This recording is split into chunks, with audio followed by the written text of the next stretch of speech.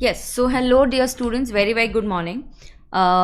Practice batch start करते हैं और इसमें जो है अब साउंड आ रहा होगा. Now let me tell you आज का क्या प्लान है. सो आज अर्ली मॉर्निंग क्लास हो पा रही है मेरी. आज रेगुलर क्लास को छुट्टी हो गई. वहाँ पे वो अम्बेडकर जयंती की वजह से सबने छुट्टियाँ दे दी है, रास्ते शायद बंद होंगे, so we are really not sure, तो वो क्लास हमने नहीं ली.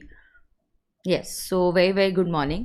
आज कोशिश करेंगे कि प्रैक्टिस बैच का आखिरी दिन हो, तो मैं अभी लूँगी रेसिडेंशियल. रेसिडेंशियल के बाद मैं ले लूँगी हाउस प्रॉपर्टी. उसके बाद क्लबिंग मुझे कुछ डिस्कस करना होगा तो वो कर लूँगी, ठीक है. यस, तो क्लबिंग की थ्योरी जो है मेरी वन शॉट में बहुत अच्छे से ली गई है, तो देखेंगे. बट आई टेल यू, तो मैं क्लबिंग के क्वेश्चंस पे फोकस करूँगी, ठीक है. Yes, only three problems are there. Three questions are there, क्योंकि क्लबिंग के कुछ क्वेश्चंस मैंने ऑलरेडी मॉडल पेपर से, some questions already done from model paper. तो हमने कुछ मॉडल पेपर से क्वेश्चंस कर लिए कि डीम्ड रेसिडेंट है या एक्सेप्शन है, वो कैसे करना है हमने कर लिए.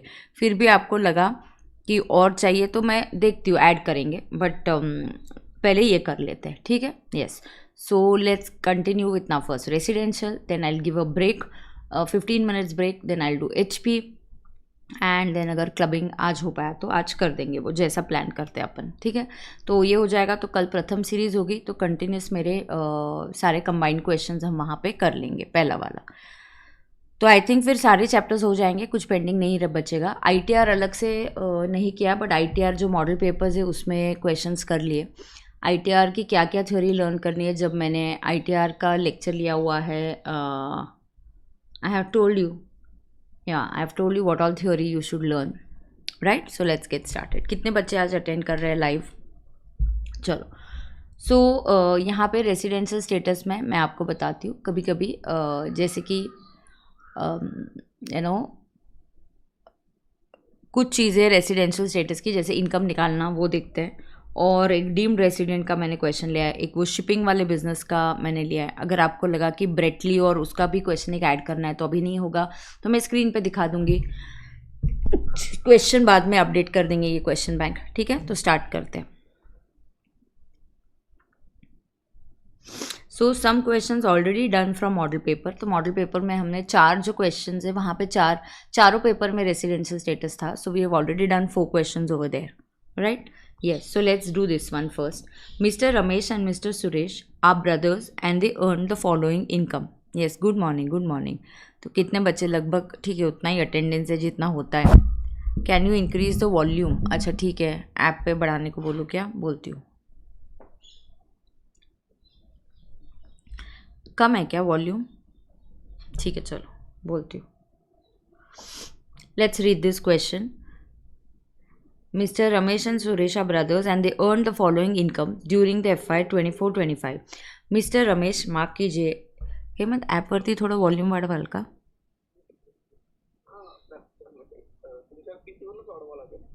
अच्छा, मग थोडा वाढवून टाकता का फक्त?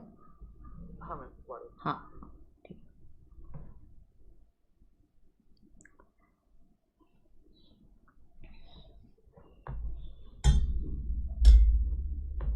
Yes, let's get started. So Mr. Ramesh and Suresh are brothers and they earned following income. मैंने अंडरलाइन करने को बोला कि Mr. Ramesh is settled in Canada in the year 1998. So जो रमेश है वो बन जाएगा NR. So Ramesh will become NR and Mr. Suresh is settled in Delhi. तो सुरेश बन जाएगा ROR. तो सुरेश जो है settled in Delhi, so he will become ROR and Ramesh जो है he is an NR. Compute the total income for AY 25-26, assuming that both have exercised the option of shifting out of the default regime. So you are shifting out of the default regime, that is 115 back. Pehla, interest on Canada development bonds, only 50% is received in India. So एक second ना, आपके पास ये है ना question bank, model का ही question है ये. तो ये दोनों क्वेश्चन मैंने मॉडल के लिए हुए. अगर लगा तो ब्रेटली और उसका वाला भी एक क्वेश्चन हम लोग कर लेंगे, तो आपको एक ओवरव्यू आ जाएगा. तो थोड़ा फटाफट करते हैं, तो we are able to do maximum questions 70.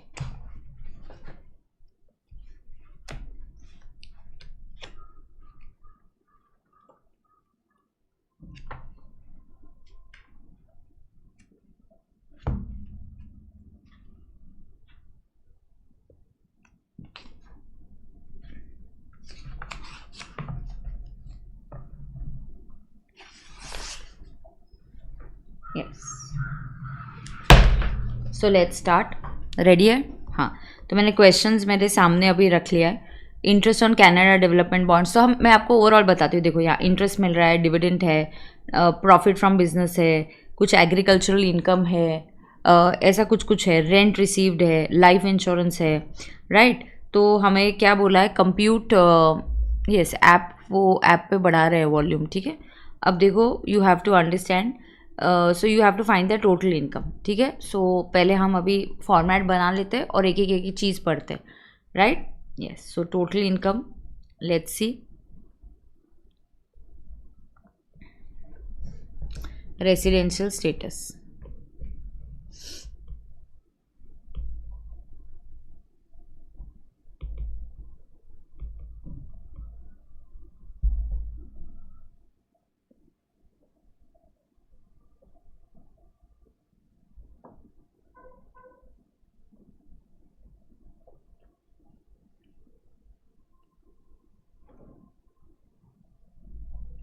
Question number 1, let's start. Particulars 2 column. पहला कॉलम क्या है, रमेश, और दूसरा कॉलम क्या है, सुरेश. सो you have Ramesh and you have Suresh. Now facts में आप कहीं पे यहाँ पे जस्ट नोट कर सकते हो कि रमेश जो है, he settled in Canada since 1998. तो इतना ही डेटा दिया है, उससे learn to solve the question. And Suresh जो है, he is in Delhi since that time, so he will become an ROR. So Ramesh के यहाँ पे लिखेंगे NR, सुरेश के यहाँ पे लिखेंगे ROR, ठीक है. यस.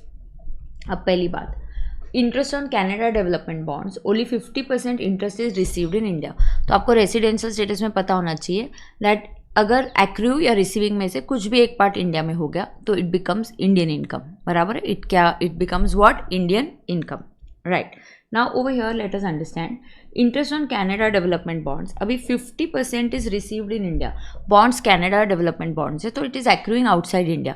बट रिसीट में से 50% इंडिया में हो रहा है ना, तो 50% क्या बन जाएगा आपका, इंडियन इनकम बन जाएगा. So interest on Canada development bonds,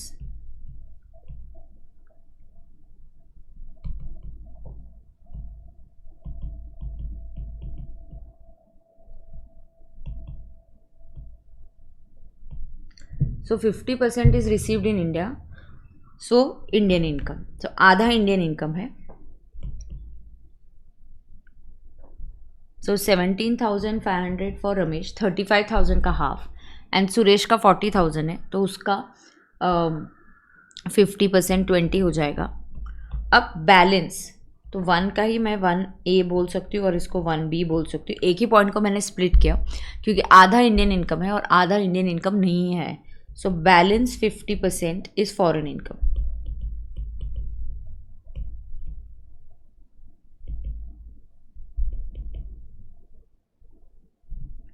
Balance 50% क्या है? Balance 50% is going to be foreign income. So जो foreign income है NR. ना एक और चीज़ आप नोट कर लो, कहीं पे तो नोट कर लो, जल्दी से नोट कर लो. देखो, NR इंडिया में सिर्फ इंडियन इनकम पे टैक्स देगा. So NR they will pay tax, okay. So NR will pay tax on सिर्फ इंडियन इनकम, ठीक है. RNOR will pay tax on Indian income plus वो वाला फॉरेन इनकम प्लस वो फॉरेन इनकम जिस which is control from India. So ऐसा business जो India से कंट्रोल या सेटअप किया गया है. So foreign income control oblique setup in India. बराबर है? बराबर है क्या?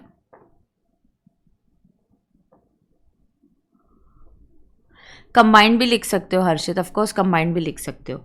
And ROR page tax on Indian plus foreign. अब ये कोई भी फॉरेन इनकम हो, इंडियन और foreign, in short he will pay tax on global income.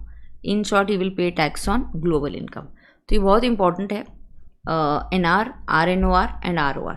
हाँ, आपने अगर किसी ने किया होगा कि मैम मुझे कंबाइंड पता है कि सुरेश ROR है तो उसको ग्लोबल इनकम पे टैक्स देना है, तो मैं कंबाइंड कर सकता हूँ. Do it combined, do it separate, what ever is that's your choice. So I hope ये आपने नोट कर लिया होगा. सो ये बहुत इंपॉर्टेंट है. Now balance 50% is foreign income. तो NR तो सिर्फ इंडियन इनकम पे टैक्स देता है तो ये नहीं देगा. Suresh will give on this 20,000. Correct है. तो ये 1 हमारा खत्म हो गया. Second point, dividend from British company received in London.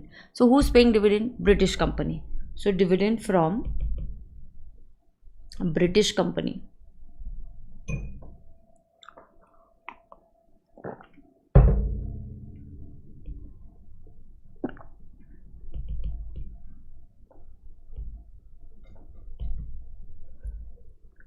लिखो फॉरेन इनकम. क्यों फॉरेन इनकम है? रिसीव भी आउटसाइड इंडिया है. जस्ट अ मिनट है, मैं जस्ट फैन ये करती हूँ, एक सेकेंड ना.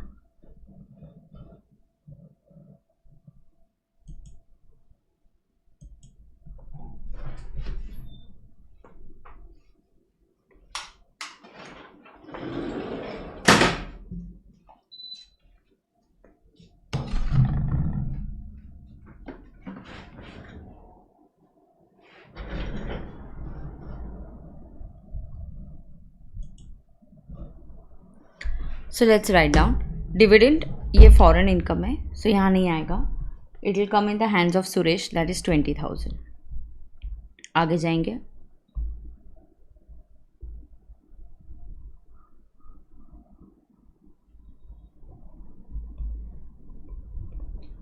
Profit from business in Nagpur manage directly from London. Let it be manage from anywhere. पूरा का पूरा बिजनेस ही नागपुर में, so it is Indian income. तो उसको बाहर से मैनेज होने तो वो फ़र्क नहीं पड़ता. Okay. So this is profit from business. तो बेटा ये प्रॉफिट फ्रॉम बिजनेस है, थोड़ा शॉर्ट में लिखेंगे तो जल्दी हो जाएगा. And it is manage, business is in Nagpur. पूरा का पूरा बिजनेस ही नागपुर में है. So this accrues in India, and because it accrues in India it is Indian income. So because it accrues in India, it is Indian income. And because it is Indian income, तो Ramesh has earned 1 lakh, Suresh has earned 1,40,000. So it will be taxable in India. बराबर है? बराबर है? Yes. अब देखो, short term capital gain on sale of shares of an Indian company received in India. Now short term capital gain on shares, Indian company के shares है और received in India. So this is Indian income. So short term capital gain shares of Indian company, तो asset India में है, it accrues in India and it is received also in India. So boss this is Indian income end moment this is Indian income. 60,000 and 90,000 will be taxable in India. Is that clear? Yes. Fifth वाला point, income from business in Chennai. Now where is the business? Business is in Chennai. So business in Chennai. So business अगर चेन्नई में है तो it is Indian income. तो बात ही ख़त्म हो जाती है. And moment it is Indian income, it is 80,000 and 70,000. Ramesh and Suresh. Yeah. आगे जाएंगे. 6 point, income fees for technical services rendered in India but fees is received in Canada. Now generally for technical services, interest and royalty, accrual of income depends upon the payer. सो जो accrual of income है वो किस पे depend करता है? Pair पे depend करता है, राइट. सो जो एक्रूअल ऑफ इनकम है वो पेयर पे डिपेंड करता है, बट यहाँ कुछ नहीं दिया, पेयर कौन है, कुछ नहीं. तो बेटा जो क्वेश्चन में हिंट है उससे आप समझ लो. जैसे कि technical services are rendered in India, so it's accruing in India. It may be received in Canada but services are rendered in India, so it is accruing in India. बराबर है? यस. सो टेक्निकल सर्विसेज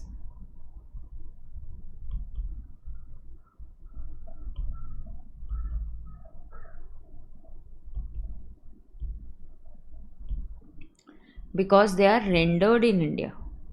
तो ये rendered in India है, therefore it is accruing in India. So it is rendered in India and because it's rendered in India it's accruing in India, so it is Indian income.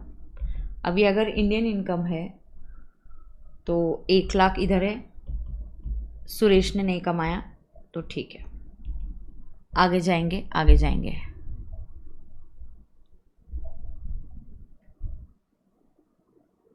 आगे जाएंगे, आगे अभी ये दिया है interest on savings bank deposit in UCO. So remittance वाले part में है ही नहीं, मैं एक दो एडजस्टमेंट्स यहीं पे ऐड करके दे दूंगी आपको, पता है क्या, सो दैट वी, हाँ ना, एक दो एडजस्टमेंट्स मैं ऐड करके देती हूँ। फैन बंद कराना, थोड़ा है। अब देखो यहाँ पे क्या है, interest on savings bank account. Savings bank कहाँ है अब, लेकिन सेविंग्स बैंक अकाउंट है तो आपको याद रखना पड़ेगा ATTT आएगा। ओके, सेविंग्स बैंक अकाउंट ये कहाँ है, दिल्ली में। सो दिस इज इंडियन इनकम। अरे हाँ ना, इंडियन इनकम है।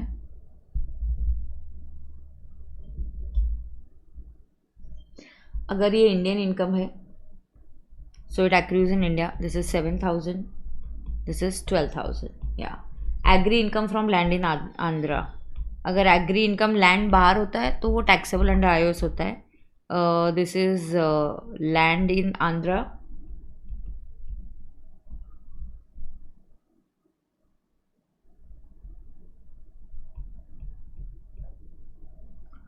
Andhra Pradesh exempt। Agri income in India is exempt from tax. Agri income in India क्या होता है, एग्जाम फ्रॉम टैक्स होता है। अरे सही है ना। अब 9, rent received in respect of house property eight Bhopal. So rent शब्द है, इनकम शब्द नहीं है, रेंट है। रेंट रिसीव बोला है तो आपको स्टैंडर्ड डिडक्शन लेना ही चाहिए। So rent in respect of HP at Bhopal.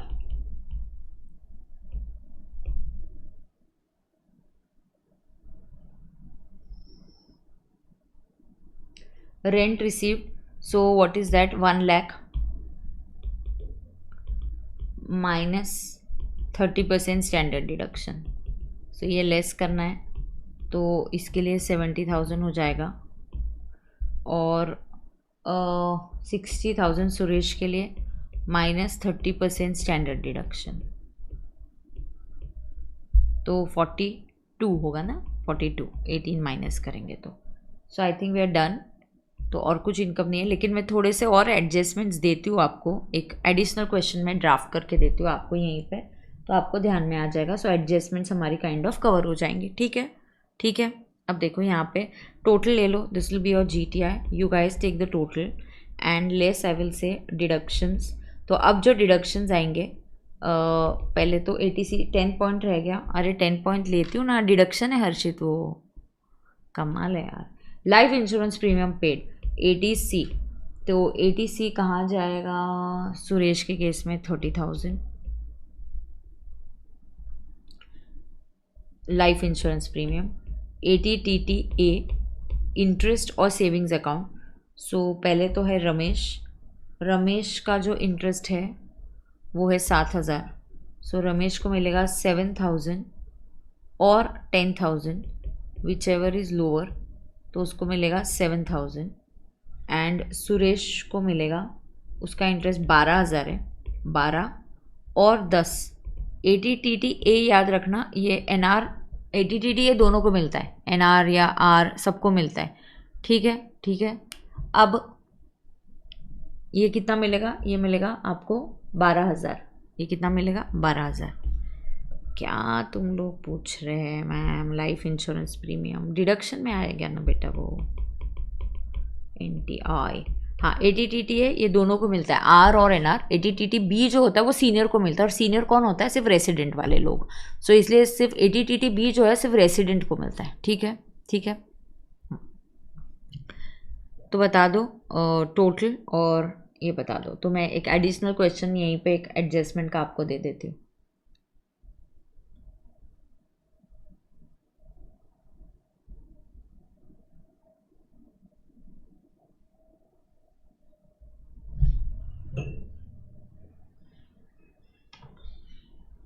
हाँ 10 मिलेगा of course, which ever is lower, of course 10 मिलेगा। चलो बता दो जल्दी।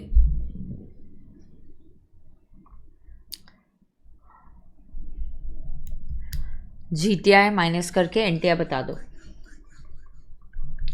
और ये पार्ट मैंने लिख के दिया है। हर्षित बोलता है मैम 2 मार्क्स कट। ठीक है, चलो बिल्कुल आज कोशिश करेंगे कि हम जितना हो सके ख़त्म कर पाते हैं। ठीक है, ये और HP तो पक्का कराती हूँ, फिर अगर क्लबिंग बच जाता है तो देखते, क्लबिंग बच गया तो देखते अपन, क्योंकि HP मैंने सिलेक्ट करते करते करते करते 10 क्वेश्चंस तो हो ही गए रहेंगे। मैंने 10 क्वेश्चन सिलेक्ट कर ही लिए। अब स्टाफ उसकी जस्ट फाइल बना रहा है और फाइल जैसे ही आ जाएगी मैं आपके साथ शेयर कर दूंगी। ऐश्वर्या क्या बोल रही है? GTI बोल रही है या NTI बोल रही है? रमेश का 427,500 क्या है?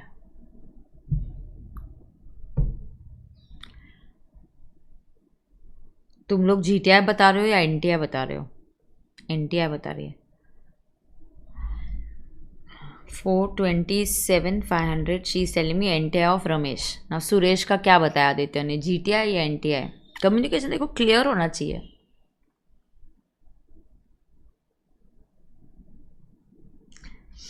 कल मैं लेक्चर गुरुकुल से लाइव ले लूँगी। NTI 3,74,000 super. चलो अभी डन, अभी डन। तो ऐसे ही इनकम से रिलेटेड एक 3-4 एडजस्टमेंट्स दे देती हूँ आपको, एक 3-4 एडजस्टमेंट्स अभी दे देती हूँ, तो फिर क्या होगा, कुछ बचेगा ही नहीं। ठीक है, so I will give you an additional question, इसी से रिलेटेड दे देती हूँ।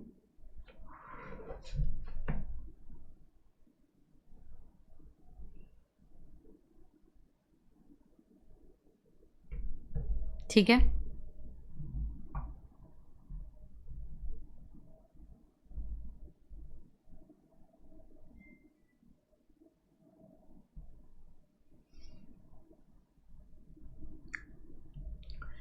take an additional question.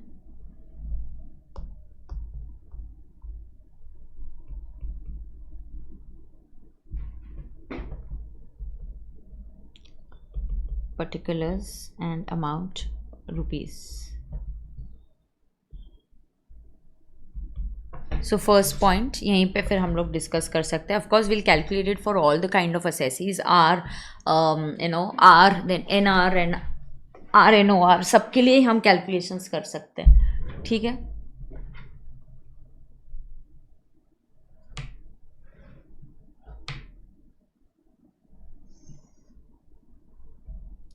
देखो इनकम फ्रॉम बिजनेस,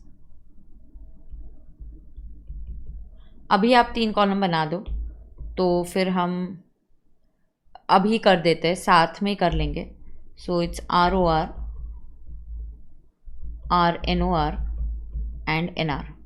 मैंने जो आपको लिख के दिया था लेक्चर के स्टार्टिंग में वो बहुत इंपॉर्टेंट है, वो आपको हेल्प करेगा। आई होप सबने नोट कर लिया होगा, राइट। सो ये आपको फिर इजी हो जाएगा सॉल्व करने के लिए। ये अगर आप देखते हो तो NR pays tax only on Indian income, RNOR pays tax on Indian plus वो वाला foreign income which is controlled in India और profession setup in India. ROR Indian plus foreign income पे देता है, so it is on global income. So this is a very clear funda that you should know, right right. अब देखते हैं, तो यहाँ पे मैं क्वेश्चन बैंक में यहीं पे लिखते हैं साथ में इनकम फ्रॉम बिजनेस। तो कुछ एडिशनल एक 3-4 ही एडजस्टमेंट्स देती हूँ जो कवर नहीं हुए वहाँ पे मुझे लग रहा है, तो वो मैं यहाँ पे कराती हूँ, क्योंकि मेरे पास मंजू सामने ही है तो वहाँ की कुछ एडजस्टमेंट्स होगी तो मैं दे सकती हूँ आपको। So income earned from business in Germany लिखना है, आंसर कम क्वेश्चन करना है। Income from business in Germany control from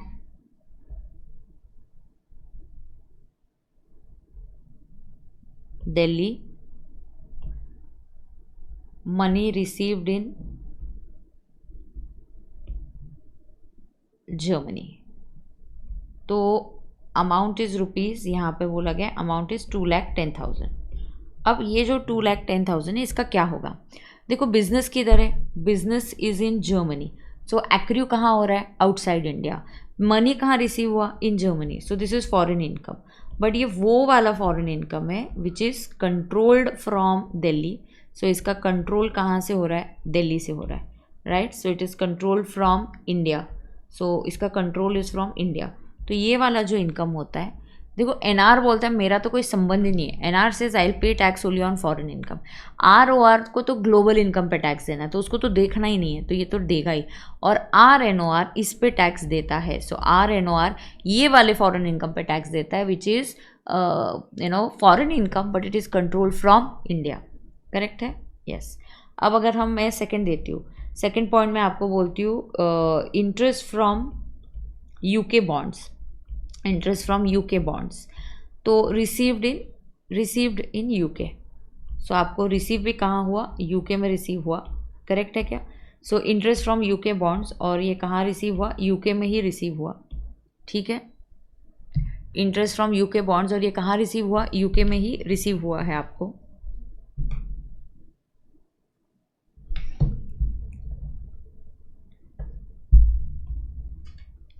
and let's say this is 50,000, this is purely foreign income। NR को तो चॉइस ही नहीं है, ये 40-50 पे तो टैक्स देना है। आरओआर को चॉइस नहीं है, ये नहीं देगा, एंड एनआर भी नहीं देगा। Is that clear? Is that clear to everybody? किसी को कोई प्रॉब्लम आ रहा है क्या? बता दो। यस। थर्ड वाला, past profit remitted to India, past profit from business remitted to India. क्या रेमिटेंस पे टैक्स लगता है? Remitted to India. अब इंडिया में रेमिट करो, लेकिन पास्ट प्रॉफिट है, तो अब क्यों टैक्स करोगे? सो पास्ट प्रॉफिट है 50,000, 52,000 बोल के चलो, तो ये टैक्स ही नहीं होगा। This is not income of this year, not income of this year, तो इनकम ही नहीं है। This is not income of this year, ये पास्ट का प्रॉफिट है। अब सिर्फ इंडिया में रेमिट कर रहे हैं। रेमिटेंस मतलब फिजिकल ट्रांसफ़र। क्या रेमिटेंस से फ़र्क पड़ता है? सो आंसर इज़ नहीं, रेमिटेंस से फ़र्क नहीं पड़ता। बराबर है, बराबर है। Fourth, rent from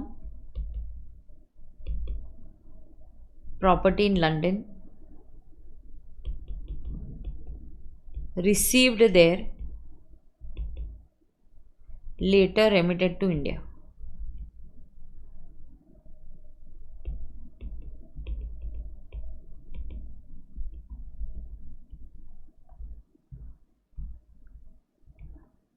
so rent from a property in London received there, property London में, so it will accrue outside India. Receive भी वहाँ पे हो गया, तो आप कमा रहे हो, और उसी साल में आपने रेमिट भी किया, बट रेमिट आपने इंडिया में किया, तो रेमिट कहाँ हुआ ये इंपॉर्टेंट नहीं है। अरे यार मैम, अगर interest on UK bonds received in India होता तो भी आरओआर में लिखते ना। आरओआर के केस में तो हमेशा ही लिखते ना, आरओआर के केस में तो हमेशा ही लिखते हैं। Of course ROR has to pay tax on Indian as well as global income. समझ में आ रहा है क्या? यस। अब rent from property in London receive there, later remitted to India, तो it is receive there and later it is remitted to India. कहाँ, where it is remitted is not important, where it is received. So कहाँ receive for the first time होता है? Let's say this is 1 lakh, तो 1 lakh minus आपको 1 lakh is the rent, तो आपको 30,000 minus करके standard deduction minus करना पड़ेगा। But do you realize this is still foreign income? Do you realize कि ये नेचर ऑफ इनकम क्या है? इसका नेचर ऑफ इनकम क्या है? ये क्या है? ये फॉरेन इनकम है। काई कोई फॉरेन इनकम है, इस पर मैं नोट देती हूँ आपको, ठीक है? तो टैक्स करते वक्त फॉरेन इनकम में है, तो यहाँ पे ही सिर्फ टैक्स आएगा 70,000। क्यों? मैंने 30% क्या लेस किया बेटा? मैंने 30% स्टैंडर्ड डिडक्शन लेस कर दिया। मैंने 30% क्या लेस कर दिया? स्टैंडर्ड डिडक्शन लेस कर दिया। अरे सही है ना? बता दो, किसी को कोई प्रॉब्लम है क्या? पक्का किसी को कोई प्रॉब्लम नहीं है? बता दो जल्दी जल्दी जल्दी। ओहो, बता दो जल्दी। हाँ, अब फोर्थ पॉइंट के लिए नोट देती हूँ, note for point 4। Okay, what is Indian income? What is Indian income? Indian income is income that is accrued in India और received in India और both। ठीक है, that is accrued in India और received in India और both। Now received का मतलब होता है where income is received for the first time। जो भी प्रैक्टिस बैच वाले बच्चे हैं, जीडी में देख रहे हैं, बाद में देख रहे हैं, this lectures are for May 26, September 26, May 25, Jan 25 and September 26. Plus आपको ये प्रैक्टिस है, क्वेश्चंस है, तो इसकी जो थ्योरी है कुछ कुछ चैप्टर्स की यूट्यूब पे है, so you have to watch those lectures from there. Okay, yes. So received in India का मतलब है where income is receive for the first time. तो आपको for the first time rent जो है इंडिया लंदन में ही मिला. So property there and it is received there. So rent भी आपको लंदन में ही मिला. सिर्फ बाद में आपने इंडिया में रेमिट किया, कोई यहाँ रहता होगा, कुछ खर्चे के लिए रेमिट किया होगा, वो अलग बात है. But later on you remitted to India, that doesn't matter. That really doesn't matter. Do you understand that? समझ में आ रहा है क्या? Yes. So where income is receive for the first time, really that doesn't matter. Where it is received for the first time matters, where it is remitted does not matter. So done है क्या? Yes. तो I think मैंने ये आपको दे दिया, correct है, दे दिया है. एक चाहिए तो 5th पॉइंट एक ऐड करते हैं.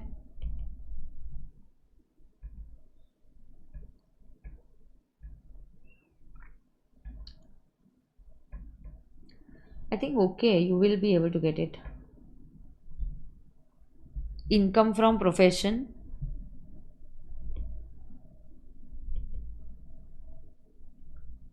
in Kenya,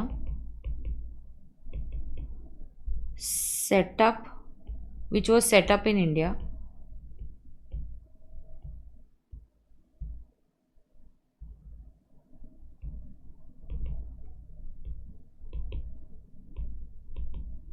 received there but spent in India. बाद में आपने उसको खर्चे के लिए इंडिया में स्पेंड कर दिया. Spent in India. फॉरेन या इंडियन के लिए आपको इनकम के लिए क्या देखना है? प्रोफेशन है. It was in Kenya, so it is accruing outside India. The money is received there, received outside India. So accruing outside India, received outside India. So ये पहले तो बन जाएगा फॉरेन इनकम. तो पहले तो ये बन जाएगा फॉरेन इनकम, बट वो वाला foreign income which is setup in India. Ma'am पैसे स्पेंड कहाँ किए, रेमिट कहाँ किए, खर्च कहाँ किए, ये इंपॉर्टेंट नहीं होता. आपको रिसीव का मतलब होता है where it is receive for the first time. Doesn't matter where you spend it, where you remit it, it really doesn't matter. So it becomes foreign income. वो वाला foreign income which is control और setup in India. ROR बेचारे को तो option ही नहीं. मान के चलो दिस इज़ 68,000, तो उसको तो 68,000 यहाँ पे तो ROR के कॉलम में तो आना ही है बेटा. अब NOR क्योंकि वो वाला फॉरेन इनकम है तो इसके हैंड्स में आएगा. NR बोलता है यार आई will pay tax only on Indian income, तो NR तो इस पे टैक्स नहीं देगा. तो इस टाइप से आपको एडजस्टमेंट्स करनी है और ये आपको ध्यान में रखना है. Is that okay? Is that okay? Yes. अब ये वाला क्वेश्चन हो गया. अब मैं आपको वो जो एक्सेप्शन कंडीशंस है वो एक बार बता देती हूँ, ठीक है? और फिर उससे रिलेटेड एक आनंद वाला वो शिप वाला बिजनेस है कि कैसे काउंटिंग ऑफ द डेज होता है वो बता देती हूँ आपको.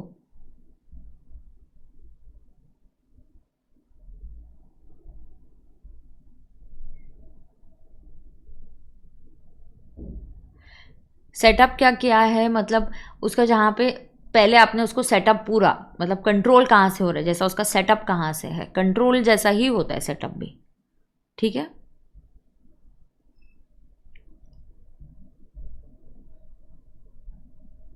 अगली क्वेश्चन बैंक देखती हूँ, अगला क्वेश्चन देखती हूँ. हाँ, पहले नोटबुक में कुछ लिखवाती हूँ और फिर आपको देती हूँ. Okay, now do you know basic concepts. तो फटाफट ये रिकैप करते हैं तो इजी जाएगा. जो बेसिक कंडीशंस होती है, ओके, सो जो बेसिक कंडीशंस होती है वो जो हम टेबल बनाते हैं फास्ट में बनाएंगे. ऐसी नॉर्मली जो बेसिक कंडीशन होती है जनरली, राइट, सो हम जनरली कौन सी बेसिक कंडीशंस अप्लाई करते हैं, तो हम जनरली ये वाली बेसिक कंडीशन अप्लाई करते हैं. In India in the PY for 182 days or more. और दूसरा हम बोलते हैं in India in the PY for 60 days or more and 365 days 60 days or more in the PY and 365 days or more in the last 4 years. 365 days or more कभी इन last 4 years. ये हमारा क्या होता है, ये PY वाला है, इन the PY, ये भी इन the PY. and 365 days or more in the last. जैसे ही आप anyone, okay, when you satisfy anyone or you satisfy both, तो आप क्या बन जाते हो, आर बन जाते हो. You satisfy none, तो आप बन जाते हो एन आर. अगर आप यहाँ पे आर बन जाते हो तो आपको एडिशनल कंडीशंस देखनी है. ठीक है, यस. अब आपको कौन सी एडिशनल कंडीशंस देखनी है मैं बताती हूँ. अब ध्यान से सुन के लेना. अब जनरली ये हो गया. अब यहाँ पे आता है इंडियन सिटीजन्स या पीआईओ. ठीक है, तो जब भी क्वेश्चन में इंडियन सिटीजन आता है तो आपको वार्निंग बेल आनी चाहिए. तो इंडियन सिटीजन्स होते हैं या पर्सन ऑफ इंडियन ओरिजिन. यहाँ पे दो चीज़ें होती है, आइदर यू आर इनकमिंग और you are outgoing. So there is incoming और यू आर बेटा आउट गोइंग. ठीक है, यस. तो जनरली सवाल आते तो इस पे आते या डीम्ड रेसिडेंट पे आते हैं. ठीक है ना. तो अगर ये आपको अच्छे से आ जाता है तो काउंटिंग आ जाता है. देन रेसिडेंशियल स्टेटस में आप कुछ गलती नहीं करोगे. एक इनकम टाइप वाला क्वेश्चन होता है, फिर आपको ये वाला क्वेश्चन आता है या डीम्ड रेसिडेंट वाला क्वेश्चन आता है. ठीक है, यस. तो इंडियन सिटीजन या पीआईओ जो होता है, if they are one, they are outside India, so they are outside India, but they visit India, so incoming है. सो विजिट इंडिया मतलब क्या है, वो इनकमिंग है. अरे हाँ ना. और दूसरा आउटगोइंग है. और दूसरा क्या है मुझे बोलो, दे आर आउटगोइंग. दूसरा they leave India for business, employment, or they are a crew member of ship and they are all leaving India. अब ये जो है इनकमिंग, ये दोनों तरफ आता है. यहाँ पे भी आता है और थर्ड केस में भी आता है. राइट. सो ये एक्सेप्शन है. यहाँ हमें क्या यूज़ करना है, इसमें हमें क्या यूज़ करना है, एक्सेप्शन. तो यहाँ हमें कौन सी केस सॉल्व करनी है, कौन सा डेज लेना है, ये देखेंगे. इसके अगर हम कंपैरिजन करेंगे, आपको ये याद है कि याद नहीं है, आपने किया है या नहीं किया है, करवाऊँ कि नहीं करवाऊँ, ऐसा नहीं. फिर मुझे लगता है कभी कभी आपका टाइम तो नहीं जा रहा है, ये आपको ऑलरेडी आता है.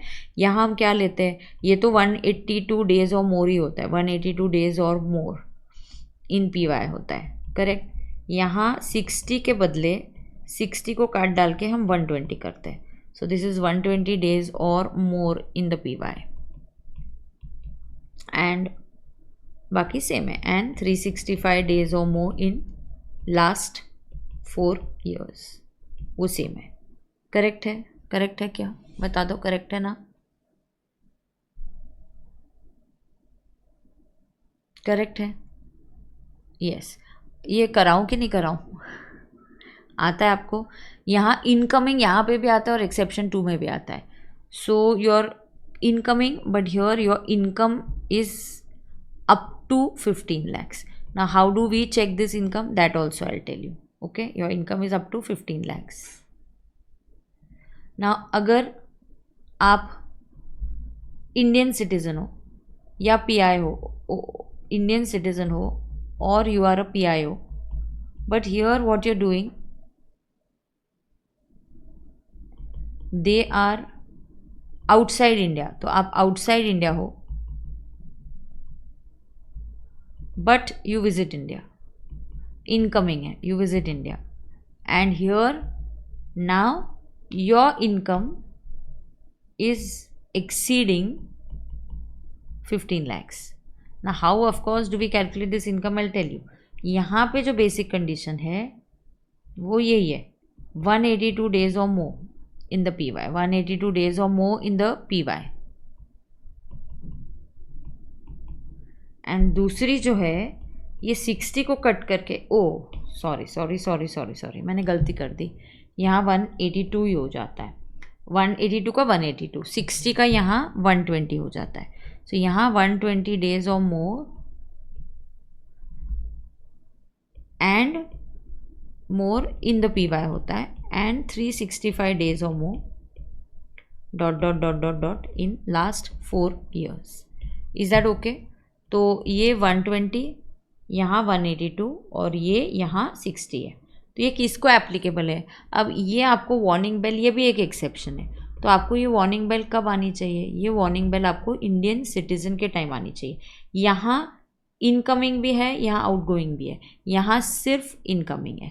तो इनकमिंग दोनों तरफ है। तो एक में हम बोलते हैं कि आपकी इनकम जो है अप टू 15 lakhs, और एक में हम बोलते हैं आपका इनकम जो है अबाव 15 lakhs है। अब यहाँ पे आपको क्या ध्यान देना है?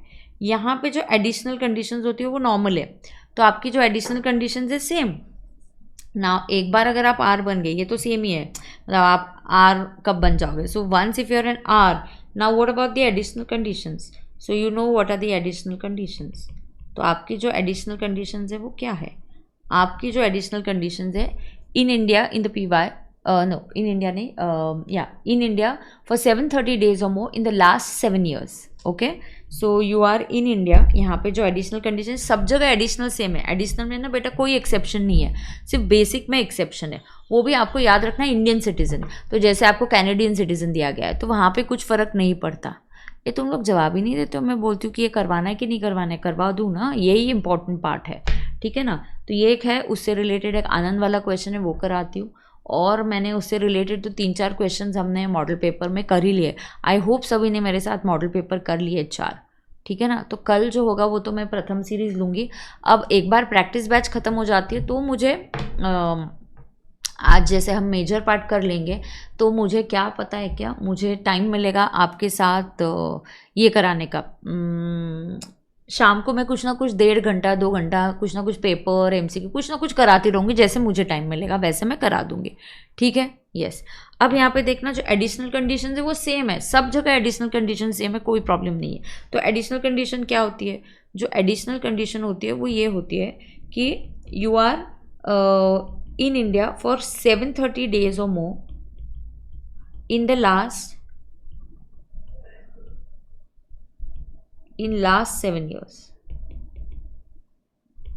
और दूसरा होता है, हाँ, आप एडिशनल कंडीशंस कब चेक करनी है? अगर आप आर बन जाते हो तो एडिशनल कंडीशंस आपको कब चेक करनी है बेटा? If you are N R, वरना तो आपको एडिशनल कंडीशन देखने की भी ज़रूरत नहीं होती है।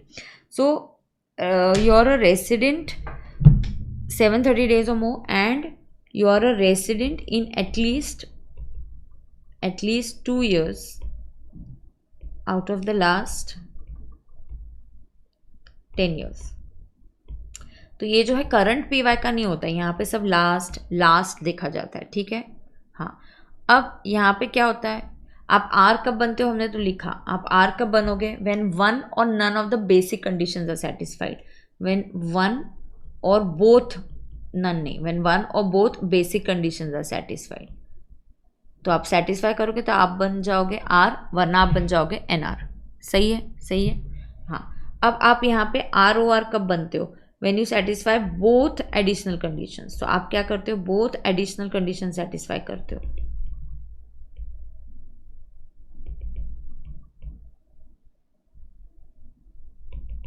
तो you become ROR, ordinary resident. बनना इतना आसान नहीं है, आपको दोनों एडिशनल कंडीशन सेटिस्फाई करना पड़ता है, ठीक है, ठीक है। हाँ, करेक्ट। अब यहाँ पे सेम, यहाँ पे additional conditions are same.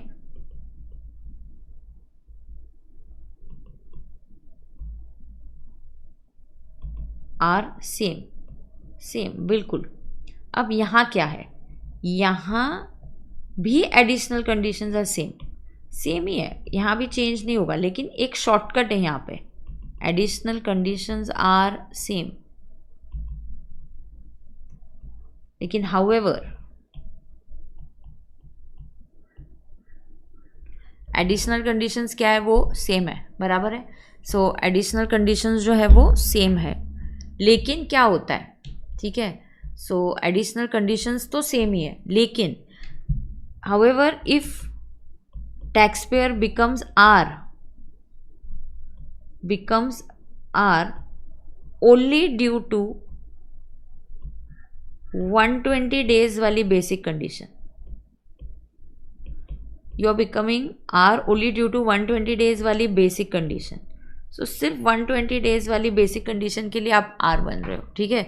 So you become R only due to 120 days वाली बेसिक कंडीशन। सिर्फ 120 डेज वाली बेसिक कंडीशन की वजह से आप R बनते हो। then you directly become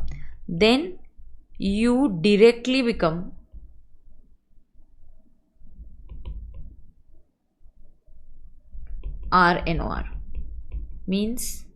Means no need to check.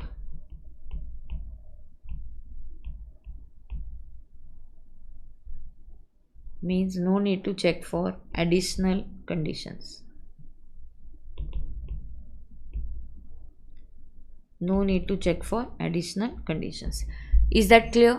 ये बहुत फेवरेट है क्वेश्चन ICI का. So जैसे कि I am in India. Suppose here I'll give you an example. Okay, I'll give you an example. Example देती हूँ मैं आपको, ठीक है. अब यहाँ का एग्जाम्पल क्या है? यहाँ का एग्जाम्पल क्या है? देखो, मिस्टर एक्स इंडियन सिटीजन है, ठीक है. तो देखो वो क्या है? इंडियन सिटीजन है. अब वो क्या है? In India in the PY. In India in PY. Now incoming है. इंडियन सिटीजन है जो इंडिया के बाहर सेटल हो गया है, जॉब के लिए बाहर ही रह रहा है वो, सिर्फ वो इंडिया विजिट कर रहा है. तो इन India in the PY for 130 days आया, ठीक है. 130 डेज आया and 400 days in last 4 years.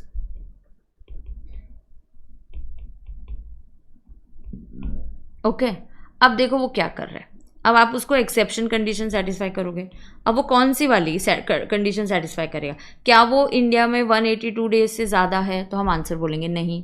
क्या वो इंडिया में 120 डेज से ज़्यादा है? हाँ. एंड 365 डेज से ज़्यादा है? हाँ. क्योंकि मैंने तो वही एग्जाम्पल लिया कि ही is a Indian citizen incoming and let's say his income. Now ये इनकम भी कैसे लेते हो, वो भी एक अपने में एक बात है, वो भी आपको बताती हूँ. सो ये जो इनकम है, हाँ, तो आराम से करेंगे, मेरे को कोई घाई नहीं है. मैं रेसिडेंशियल HP आपको आराम से अच्छे से करा दूंगी. तो क्या है, आई विल ऑल्सो फील कि यस प्रैक्टिस बैच अच्छे से हो गया, फिर मुझे भी कोई टेंशन नहीं रहेगा. ठीक है. यस.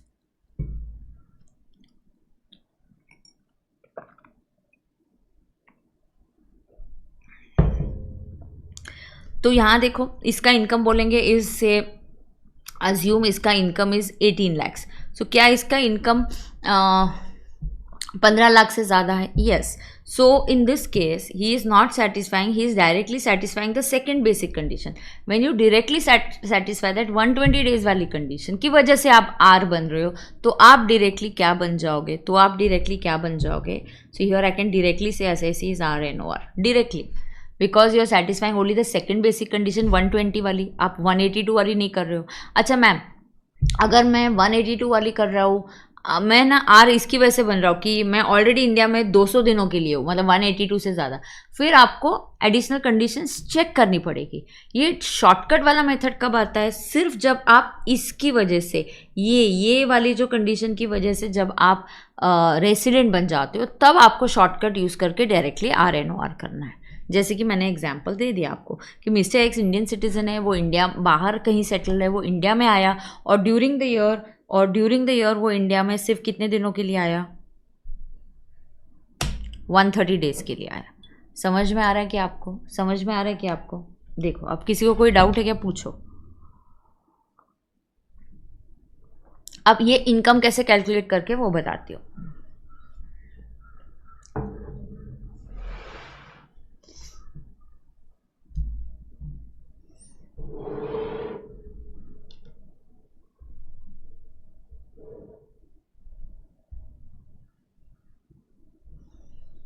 तुम जवाब देने वाले हो कि नहीं देने वाले हो मुझे?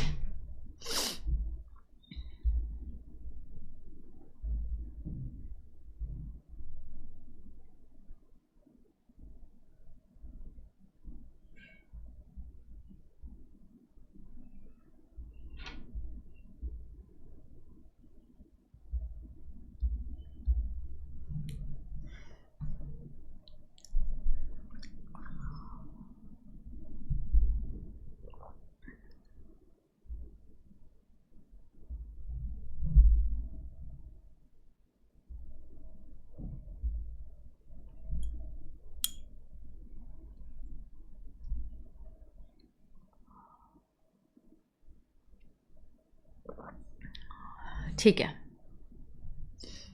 है.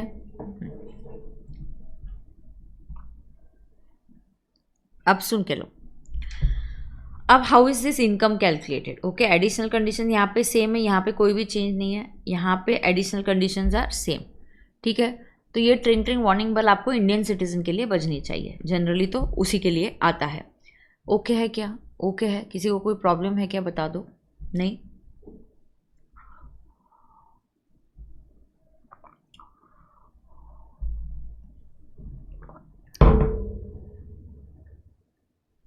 अरे ओके है क्या? कोई प्रॉब्लम है क्या किसी को? आगे जाएंगे। अब आगे जाएंगे तो जो आनंद वाला केस है एक, जहाँ पे ना इंडियन क्रू पे आप काम करते हो, तो आप भी इसी केस में हो जाते हो। अच्छा, ये इनकम कैसे कैलकुलेट करते हैं वो भी बता देती हूँ, फिर आनंद वाला सवाल करते हैं, ठीक है। ये जो इनकम है, income of 15 lakhs, income of 15 lakhs में क्या बोला गया है? इनकम ऑफ 15 लैक्स क्या होता है? This income of 15 lakhs is Indian income plus वो वाला foreign income which is controlled from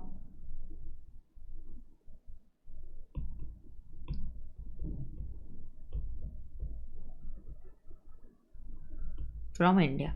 So here you have to consider this is how you consider the income of 15 lakhs. तो आपको इंडियन इनकम लेना है plus वो वाला foreign income लेना है which is control from India. So आपको Indian income plus वो वाला foreign income which is control from India वो लेना है। Is that okay with everybody? Is that okay? किसी को कोई प्रॉब्लम है क्या? बोलो, कोई प्रॉब्लम है क्या? तो और फिर मैं आपको डीम्ड रेसिडेंट का भी पार्ट बता देती हूँ। तो फिर क्या हो जाएगा, सभी कॉन्सेप्ट जो मेन वाले ख़त्म हो जाएंगे, 2-3 क्वेश्चन उस पर कर लेंगे, या मैं स्टाफ को और 2-3 क्वेश्चन ऐड करके फाइल अभी बोल दूँ क्या तुरंत? 1 मिनट रुको। एक तो लिया है मैंने दुबई वाला, तुमको वो ब्रेटली और श्रीनाथ वाला क्वेश्चन करना है क्या? ब्रेटली और श्रीनाथ वाला क्वेश्चन, आनंद वाला तो क्वेश्चन हमने कर लिया है, मतलब मैंने ले लिया है यहाँ पे। रुको,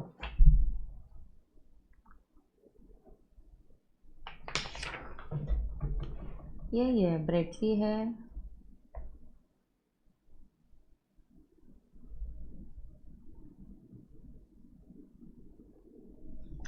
नो मैम नहीं करना है ब्रेटली वाला क्वेश्चन। समझ में आ गया आपको?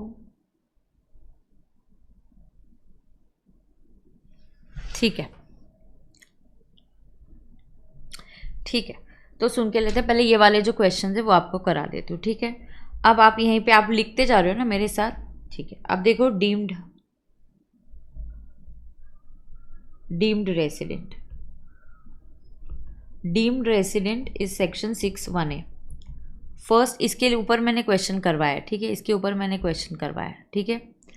अब इसके ऊपर जो क्वेश्चन करवाया वो क्या है, इसके ऊपर है, पहले जितना है वो करके लेती हूँ, ठीक है। अब ध्यान से सुनना। Deemed resident is again a Indian citizen, okay. तो you are a Indian citizen,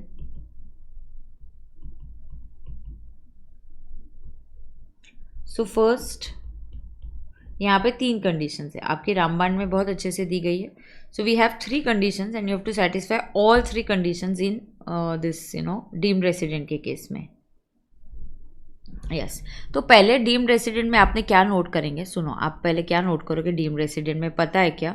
in deemed resident first you must check, in deemed resident you must first check that assessee जो है डीम्ड रेसिडेंट में, आपको पहले ये check करना है कि आप पहले नॉर्मल वाली जो बेसिक कंडीशंस है पहले वो वाला फिल्टर है, वो उसको नहीं आप रेसिडेंट बने तो और एक फिल्टर निर्मला जी ने लगा दिया, दैट इज सेक्शन 6(1)(a) कि आपको डीम्ड रेसिडेंट ही माना जाएगा। लेकिन ये कब? अगर आप पहली इंडियन सिटीजन हो, दूसरा आपका total income excluding income from foreign sources is that 15 lakh, तो उसी सेम तरीके से ये 15 लाख काउंट होता है। लर्न करके जाओ ये 15 लाख काउंट कैसे होता है। इंडियन इनकम ऐड करना है और वो वाला फॉरेन इनकम ऐड करना है which is control and setup in India. उसके बाद and you are not liable to pay tax in any other country because of your residential status की वजह से, you are not liable to pay tax in any other country due to your residential status की वजह से। तो उसके आपने इस तरीके से प्लानिंग करी है कि आप दूसरी कंट्री में भी RNR बन रहे हो, RNOR बन रहे हो, तो आप दूसरी कंट्री में भी टैक्स नहीं पे कर रहे हो, आप कहीं पे भी टैक्स नहीं पे कर रहे हो। तो फिर हमने बोला यार फिर देन हम आपको डीम्ड रेसिडेंट मानेंगे और आप यहाँ पे रेसिडेंट माने जाओगे। Correct correct. सो यहाँ PIO जो है वो कभी डीम्ड रेसिडेंट नहीं बन सकता। ये जो क्लॉज है ये सिर्फ और सिर्फ इंडियन सिटीजन के लिए, जिसकी फॉरेन इनकम 15 लाख के, इंडियन इनकम प्लस वो वाला foreign income which is control in India वो 15 लाख से ऊपर है, and you are not liable to pay tax in any other country. तो आप फिर डीम्ड रेसिडेंट बन गए तो आप डायरेक्टली शॉर्टकट है, आप RNR बन जाते हो। तो ये वाला सवाल ना MCQ या ICI का डीम्ड रेसिडेंट वाला सवाल भी काफ़ी उनको पसंद है, इंडियन सिटीजन के सवाल पूछना उनको पसंद है। तो इस चैप्टर में से जनरली वही आता है। सो इस चैप्टर में से जनरली वही आता है।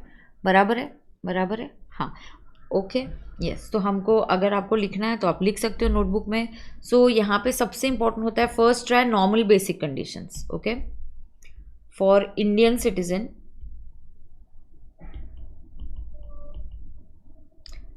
आपको फर्स्ट क्या ट्राई करना चाहिए? First try basic conditions from the table given above, वो नॉर्मल है, फ्रॉम टेबल गिवन अबाउ। फिर दूसरा, if not R then try deemed resident. Then आपको और एक बार ट्राई करेंगे, देन ट्राई डीम्ड रेसिडेंट से आप आर बन सकते हो, क्या आप डीम्ड रेसिडेंट बन जाओगे। अब डीम्ड रेसिडेंट की 3 कंडीशंस है। Now there are 3 conditions for deemed resident.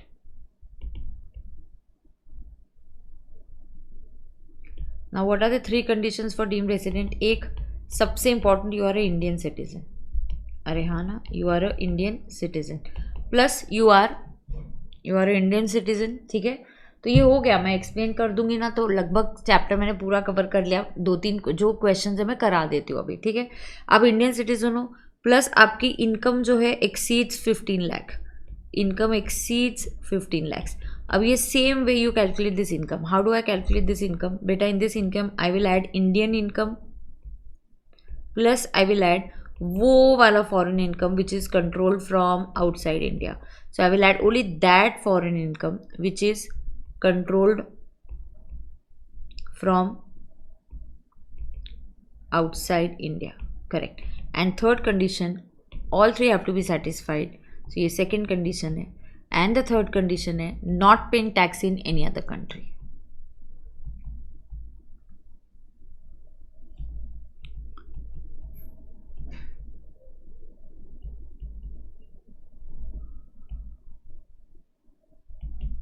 Correct है। नाउ आप ऐसे केस में क्या बन जाओगे? आप ऐसे केस में क्या बन जाओगे directly? So you directly will become RNR। तो आप ऐसे केस में क्या बन जाओगे डायरेक्टली? RNR। बराबर है, तो डायरेक्टली RNR बन जाते हो। तो ये बहुत इंपॉर्टेंट है, ये भी हो गया।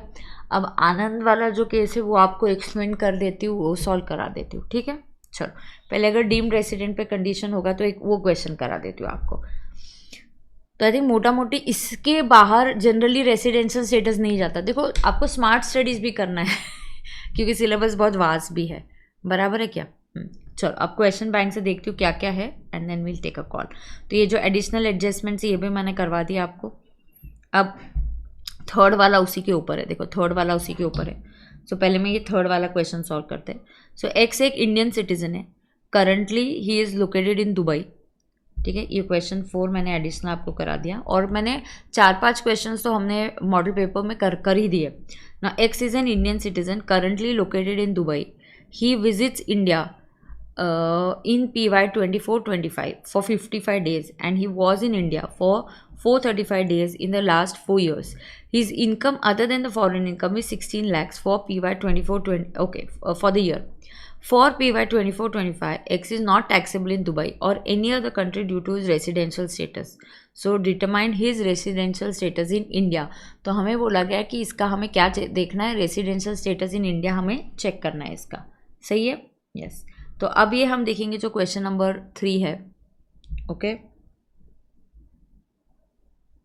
तो इसको हम सॉल्व करेंगे। आपके पास है ही ये क्वेश्चन, राइट? सो ये डीम्ड रेसिडेंट पे मैं सॉल्व करती हूँ क्वेश्चन नंबर 3। नाउ पहले इसके जो फैक्ट्स है, do you realize he is a Indian citizen? Yes, तो he is a Indian citizen and plus his income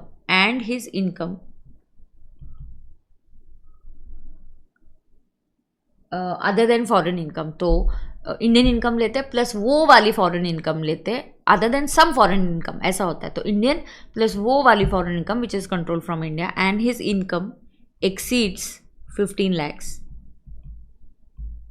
and he visits India. तो पहले कभी भी क्या करने का, आपको नॉर्मल वाली बेसिक कंडीशन जो है, तीन टेबल हम बनाते हैं, बेसिक, एक्सेप्शन और एक्सेप्शन। तो मैं पहले यहाँ से ट्राई करूँगी, डायरेक्टली डीम्ड रेसिडेंट पे नहीं जाने का, ठीक है। तो ये इंडियन सिटीजन इनकमिंग है but is income up to 15 नहीं है, इज इंडियन सिटीजन इनकमिंग है but is income is exceeding 15 lakhs, but is income is exceeding 15 lakhs, correct. ये सुमंग, तो जो वाला इनकम हम RNOR का कैलकुलेट करते हैं ना, वही 15 lakhs के लिए कैलकुलेट होता है, करेक्ट करेक्ट। अब यहाँ पे देखेंगे, यहाँ पे हम ये देखेंगे, हाँ, तो यहाँ पे हम पहले basic exception, so first I will try the basic condition, so we will apply following basic conditions.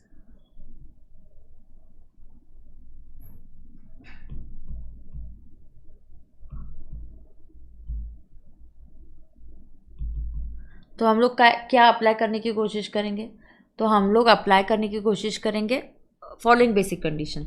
In India in the PY for 182 days or मोर, ये तो हमको पता ही है, ये तो चेंज नहीं होता, सेकेंड वाली चेंज होती है। अब ये कौन सी एक्सेप्शन है मैम, इट एक्सीड्स, तो 120 वाला अप्लाई करेंगे। So in India in the PY for 120 days or more and 365 days or more in last 4 years। तो ये नहीं सेटिस्फाई कर रहा है। अगर आप क्वेश्चन पढ़ते हो, ये ना कुछ 55 days के लिए आया है, सॉरी, हाँ, क्वेश्चन बैंक, हाँ, अगर आप क्वेश्चन पढ़ते हो, he has come only for 55 days, तो ये 120 वाला भी सेटिस्फाई नहीं कर रहा है। ये इस कंडीशन की वजह से, नॉर्मल वाली बेसिक कंडीशन की वजह से ये R नहीं बन रहा है। तो निर्मला सीतारमण बोलती है रुक रुक रुक, और एक टेस्ट देना पड़ेगा तुझे, और एक टेस्ट देना पड़ेगा, हाँ, एक और फिल्टर लगाए कि नहीं, हम कोशिश करेंगे कि तुमको R बना ही दे, और उसमें भी हम कोशिश करेंगे कि हम अगर आपको इस टाइप से R बनाते हो, हम आपको RNOR बना देंगे। तो यहाँ पे निर्मला सीतारमण क्या बोलती है, 55 + 435 है, तो यार कोई भी नहीं आप कंडीशन सेटिस्फाई करोगे। तो यहाँ पे he is in India for 55 days and some 435 ही है ना, बोलो, in last 4 years. So none of the basic conditions are satisfied.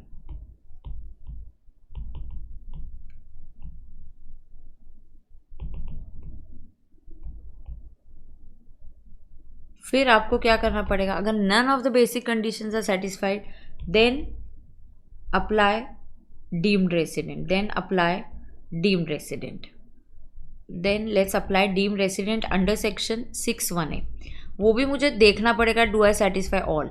So first, am I a Indian citizen, yes, so all 3 conditions are satisfied. यहाँ पे all 3 conditions are satisfied, all 3 conditions are satisfied. अब क्या है all 3 condition satisfied, वो all 3 condition satisfied है, therefore he becomes a deemed resident and therefore he will become an RNOR। तो क्या 3 conditions है, क्या वो इंडियन सिटीजन है, हाँ, क्या उसकी इनकम 15 लाख से ऊपर है, हाँ, is he paying tax in any other country, नहीं कर रहा है ना, तो ये भी एक कंडीशन है कि वो कहीं पर भी टैक्स नहीं पे कर रहा है। तो ये तीनों कंडीशन जब सेटिस्फाई हो जाएंगी तो वो डीम्ड रेसिडेंट बनेगा। हम पहले कोशिश करते कि उसको डीमिंग प्रोविजन ना, बट नॉर्मल वाली प्रोविजन अप्लाई करें, लेकिन बेटा अगर वो नॉर्मल वाली प्रोविजन से नहीं बन रहा है तो हम उसको डीमिंग वाली प्रोविजन से डीम्ड रेसिडेंट बनाने की कोशिश करते हैं, अगर तीनों कंडीशन सेटिस्फाई हो जाती है तब। अभी डन, सो अभी डन। किसी को कोई प्रॉब्लम है क्या, बोलो बोलो, किसी को कोई प्रॉब्लम है क्या? सो अगला एक आनंद वाला जो क्वेश्चन है वो भी करा देती हूँ। बस आपको सिर्फ एग्जाम में अगर इंडियन सिटीजन आना है तो चूज करो, जनरल वाली नहीं लगेगी, एक्सेप्शन सेकंड है, एक सेकंड कॉलम है, एक थर्ड कॉलम है, और सेकंड थर्ड से भी नहीं हो पाया तो आप डीमिंग वाली लगा दो। बस ये आपको शांति से देखना है कि कंडीशन कौन सी अप्लाई करनी है। डेज काउंटिंग आराम से करना, डेज काउंटिंग करते वक्त the day you arrive in India, the day you depart India, उस दिन को भी इंडिया का ही डे माना जाता है, बराबर, हाँ, इसको घुमा फिरा के तो यही सवाल आते हैं जनरली रेसिडेंशियल पे, ठीक है। तो अब क्वेश्चन नंबर 3 हो गया, अब मैं क्वेश्चन नंबर 2 करती हूँ। सो एक जो आनंद इंडियन शिप क्रू का है उसका भी थोड़ा सा कैलकुलेशन हटके होता है, इसलिए मैं वो क्वेश्चन करा रही हूँ। डन है।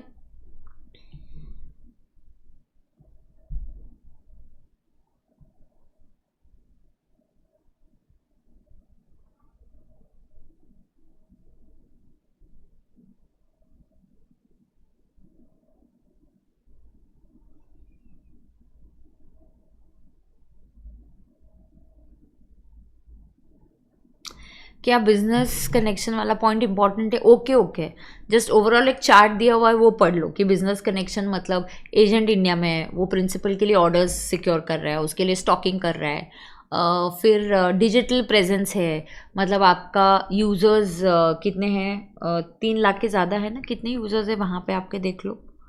सो कुछ पॉइंट्स है उसके, जैसे यूज़र्स का पॉइंट है, कितना बिजनेस हो रहा है आपका, तो वो मैं आपको फटाफट उतना सही है 10 मिनट आप देख लोगे तो भी मोर देन इनफ है।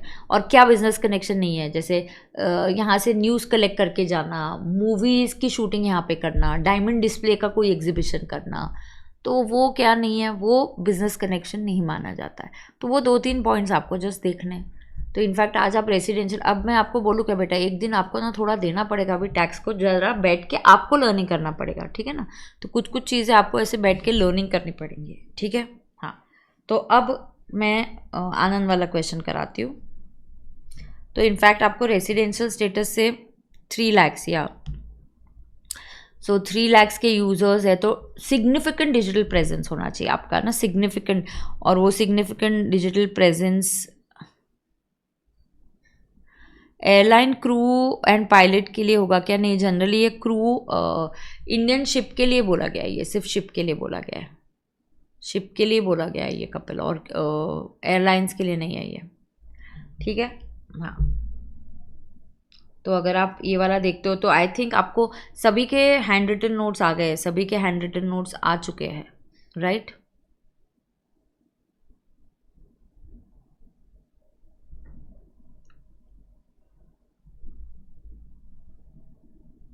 ये देखो आपको नोटबुक में से अगर बता दूँ, रेसिडेंशियल स्टेटस के हैंड रिटन नोट्स आ ही गए हैं कि बिजनेस कनेक्शन देखो क्या बिजनेस कनेक्शन है और क्या नहीं है। 2 मिनट आपको लगेंगे, देख लेना। यहाँ पे आप एजेंट हो, ऑर्डर सिक्योर कर रहे हो, या गुड स्टॉक करा रहे हो, या सिग्निफिकेंट इकोनॉमिक प्रेजेंस, मतलब ये देखो आपकी ट्रांजैक्शंस 2 करोड़ से ज़्यादा है और नंबर ऑफ यूजर्स 3 लाख से ज़्यादा है, राइट। और क्या बिजनेस कनेक्शन नहीं है, बोल दिया शूटिंग ऑफ मूवीज़, आप एक इंडिपेंडेंट एजेंट हो, डिस्प्ले ऑफ डायमंड्स, आप सिर्फ कलेक्शन ऑफ न्यूज़ के लिए इंडिया आए हो, तो फिर आपका बिजनेस कनेक्शन नहीं है।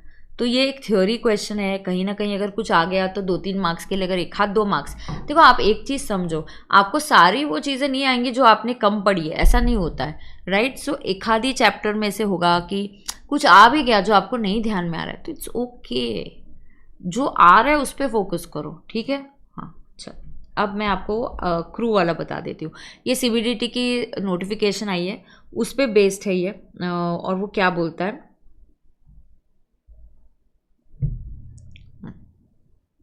पहले तो mister Anand is an Indian citizen and is a member of crew of Singapore bound Indian ship engaged in passenger carriage of passenger in international traffic departing from Chennai port on 6 June.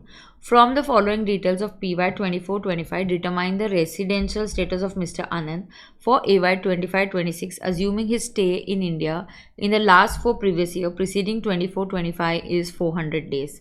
तो पहले तो he is a Indian citizen, he is a part of a Indian crew which is leaving India, ship के लिए होता है, वो ship के लिए होता है। So you are leaving India, so if you are leaving India तो क्या होने वाला है, आउट गोइंग है तो आपको वो 60 डेज़ की जगह वहाँ 182 डेज़ की बेसिक कंडीशन अप्लाई करनी पड़ेगी।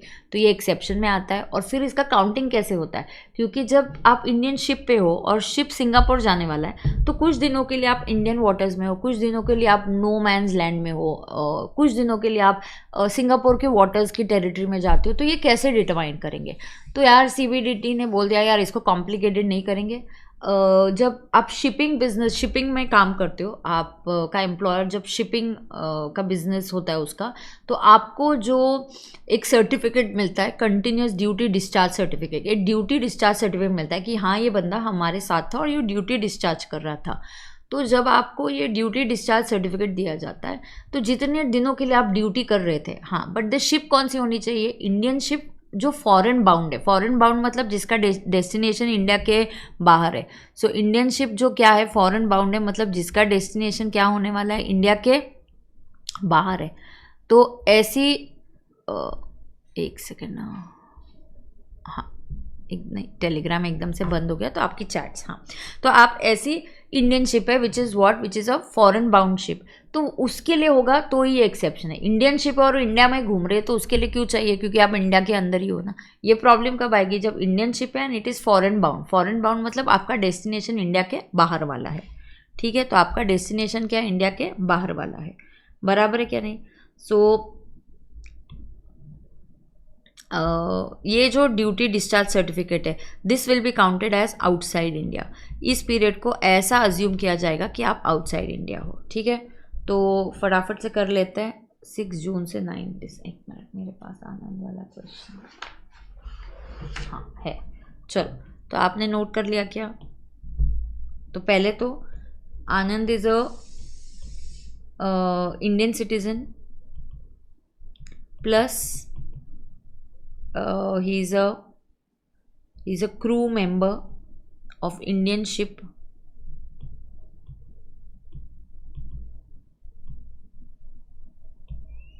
which is foreign bound.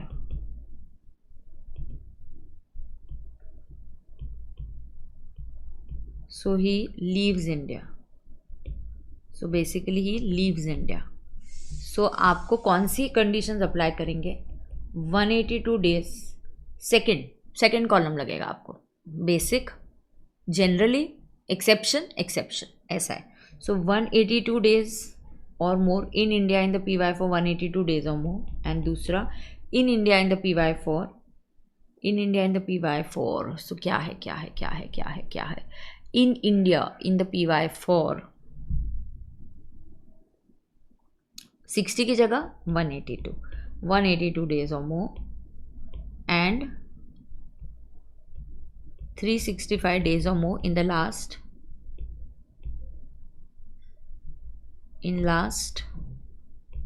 4 years. तो 365 days or more in the last 4 years. सही है? किसी को कोई प्रॉब्लम है क्या? बोलो, किसी को कोई प्रॉब्लम है क्या? नहीं।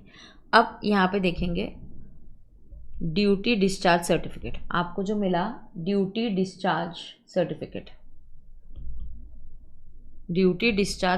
आपको कब से कब मिला? सो आपको जो ड्यूटी डिस्चार्ज सर्टिफिकेट है वो मिला आपको from 6 June to what December? 9 December, okay, तो 9 दिसंबर। तो जून के कितने दिन? 30 - 6 + 1 कर दो, 30 - 6 + 1, सो 30 - 6 इज़ 24, सो जून 25, जुलाई 31, ये जून है ना, ये जून है, जुलाई, अगस्त, सितंबर, अक्टूबर, नवंबर एंड दिसंबर। So how many days? This is treated as outside India.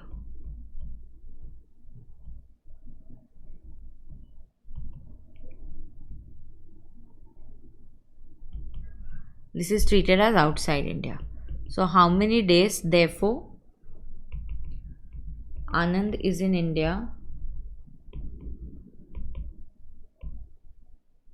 for 365 minus 187 days.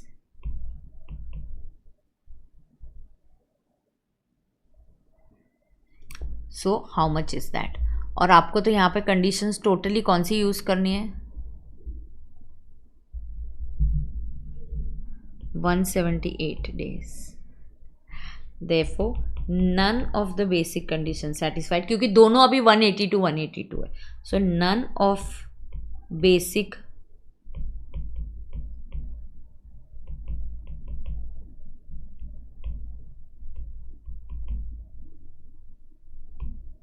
therefore Mr. Anand is NR. देखो किसी को कोई प्रॉब्लम है क्या भाई, अब बता दो किसी को कोई प्रॉब्लम है क्या। देखो इसीलिए ना मैंने प्रैक्टिस बैच में क्वेश्चंस ये नहीं दिया आपको, क्या बोलते हैं अपन, आपको कोई पहले से ही प्रिंटेड ये नहीं दिया मैंने आपको question bank, because I want to do it with you guys कि आपको क्या लग रहा है। तो जैसे मैं अभी स्टाफ को बोल के रखा है, अभी बैच चल रही है तो फटाफट और भी क्वेश्चन लगेगा तो ऐड करके देगा। एचपी मैंने अभी उसको मार्क करके दे दिया, तो अभी वो फाइल दे रहा है, मैं आपको दे दूंगी, बराबर है क्या। तो ये हो गया, हो गया। तो आई थिंक सिर्फ एक बार इनकम भी बता दिया आपको कैसे कैलकुलेट होता है, वो भी हो गया। आई थिंक हो गया है फिर, है ना। यस, किसी को कोई प्रॉब्लम है क्या, आपको और एडिशनल कोई क्वेश्चन करवाना है तो मुझे बोल दो, तो हम ऐड कर देंगे। तो रेसिडेंशियल स्टेटस के लिए और भी टाइम है, ऐसा नहीं है कि टाइम नहीं है। हमने 1 आवर की क्लास, हाँ रिकॉर्डिंग 1 आवर 16 मिनट्स की हुई है, 1 सवा घंटे, क्योंकि 10 स्ट्रीमिंग तो पहले से मैंने ऑन कर दी थी। हाँ रिकॉर्डिंग 1 आवर 16 मिनट्स की हुई है। तो आपको और कोई क्वेश्चन लेना है क्या, मुझे बता दो।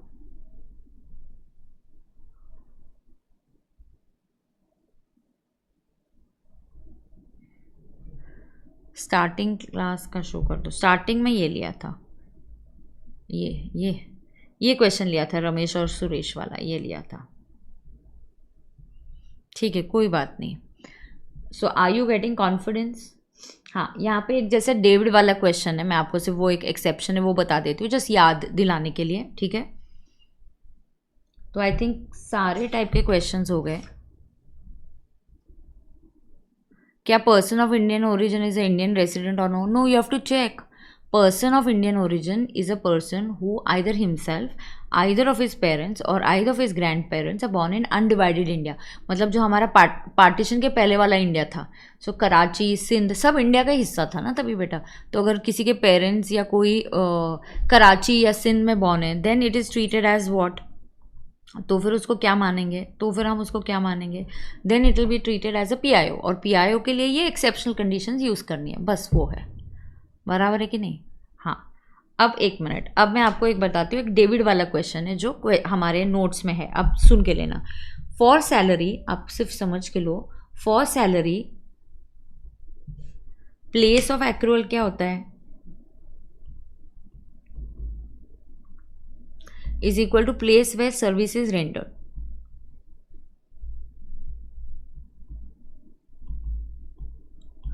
Place where service is rendered. Okay. For salary, place where service accrual is place where service is rendered. बराबर है कि नहीं। हाँ, सो सैलरी के लिए क्या होता है, place of accrual is place where service is rendered. Is that okay. हाँ, तो आई थिंक इंडिविजुअली सारे चैप्टर्स के ले लिए। टीडीएस तो मैंने पूरा ही आपको रेगुलर बैच के क्वेश्चंस दे दिए हैं, लगभग सारे ही हो गए, अभी कोई मेरे को प्रॉब्लम नहीं लग रहा है। क्लबिंग मुझे ऐसा लग रहा है कि एक बार मैं आपसे डिस्कस करूं, क्योंकि क्लबिंग कहीं ना कहीं एमसीक्यू में कुछ छोटी मोटी बातें आ जाती है, बट देखते हैं आज जैसे जैसे टाइम कैसा है उसके ऊपर है। एचपी भी करा दूंगी। हाँ लेकिन इसमें क्या है, however there is an exception.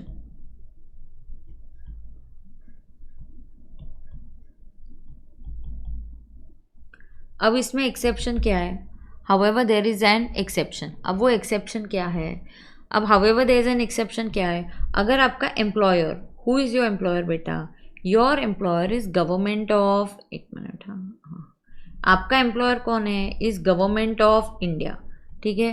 And आपका जो एम्प्लॉई है then he is a Indian citizen, then let him render services anywhere. Okay, so render services anywhere, you may render services anywhere, that means you can render it in India or outside India, it will always accrue in India. It will always accrue in India. तो ये कहाँ accrue होगा? In India. ठीक है, तो इनको अगर government of India salary देती है, जैसे आप इंडियन एम्बेसी में काम कर रहे हो, इंडिया के बाहर काम कर रहे हो, तो आपको सैलरी मिल रही है, it will accrue in India. But any allowances or perks paid to such employees where outside India. So it is paid to such employees where outside India. Then it will be exempt. तो ऐसे perks इन लोगों को दिए तो outside India ये exempt होता है। ठीक है, तो I just discuss with you. एक डेविड वाला क्वेश्चन है, मैं आपको ऑनलाइन स्क्रीन पे ऐसे फटाफट हम लोग डिस्कस कर लेते हैं। ठीक है, तो फिर आपको और भी कुछ चाहिए तो आप बोल सकते हो। रेसिडेंशियल स्टेटस, एक मिनट, मैं मेरे रेगुलर क्लास की एक नोट्स निकालती हूँ रामबाण लास्ट टाइम का। एक मिनट रुको।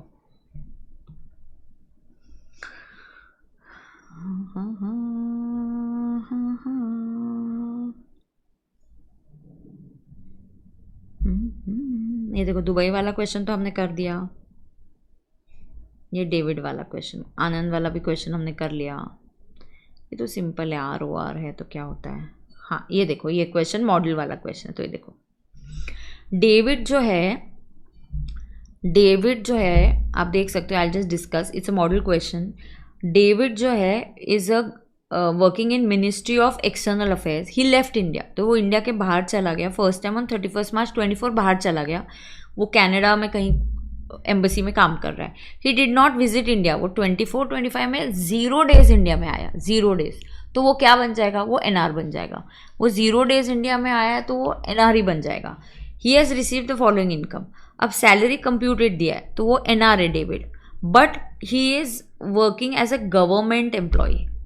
और वो काम कहाँ कर रहा है? सैलरी उसको कहाँ मिल रही है? कनाडा में। वो सर्विसेज कहाँ रेंडर कर रहा है? कनाडा में। Let him render services anywhere बेटा। Is he working for government of India? Yes. Is he a Indian citizen? Yes. Let him render services anywhere. ये 5 लाख की सैलरी उसकी इंडियन इनकम होगी because it is accruing in India. ये जो salary है, this accrues in India. एक minute अच्छे से लिखती हूँ। तो ये जो सैलरी है ना डेविड के लिए बेटा, ये जो 5 लाख है, it will accrue in India. It will accrue in India. Why will it accrue in India? Because the payer is government of India and you are an Indian citizen. फिर उसको NR है, NR को India में सिर्फ Indian income पे tax देना है। Foreign allowance is not included about, but ये डैश है। Foreign allowance, if you are paid any allowances or perquisite outside India, ये एग्जम्प्ट होता है। सेक्शन 10 है एक उसका, तो बोलता है ये एग्जम्प्ट है। अब उसको इंटरेस्ट मिला FD में और बैंक इन इंडिया, ये इंडियन इनकम है तो इसलिए आ जाएगा। बेटा NR है तो ही विल नाउ पे tax in India only on his Indian income. तो ही विल नाउ पे tax in India only on his Indian income. Income from agriculture in Nepal, it's foreign income, तो वो इंडिया में tax नहीं पे करेगा। Income from house property in Nepal, this is again foreign income, तो इस पे टैक्स नहीं पे करेगा। तो डेविड का जो टैक्स आने वाला है, it is going to come to only 6 lakhs। So David का जो टैक्स आने वाला है वो कितना आने वाला है? Only 6 lakhs। तो ये उसका क्वेश्चन हो गया और राइट में मैंने उसका आंसर आपको बता दिया। तो ये इस टाइप का एक क्वेश्चन है, देख लो। ये एडिशनल क्वेश्चन मॉडल का है, मेरे रेगुलर क्लास का है, तो ये मैंने डिस्कस कर दिया। बराबर है, ठीक है। बाकी आपको याद रखना है HUF फॉर इनके लिए कंट्रोल कहाँ से, मतलब रेसिडेंशियल स्टेटस किस पर डिपेंड करता है? कंट्रोल एंड मैनेजमेंट के ऊपर। किसके ऊपर डिपेंड करता है? कंट्रोल एंड मैनेजमेंट के ऊपर। सही है ना? देखो किसी को कोई प्रॉब्लम है क्या?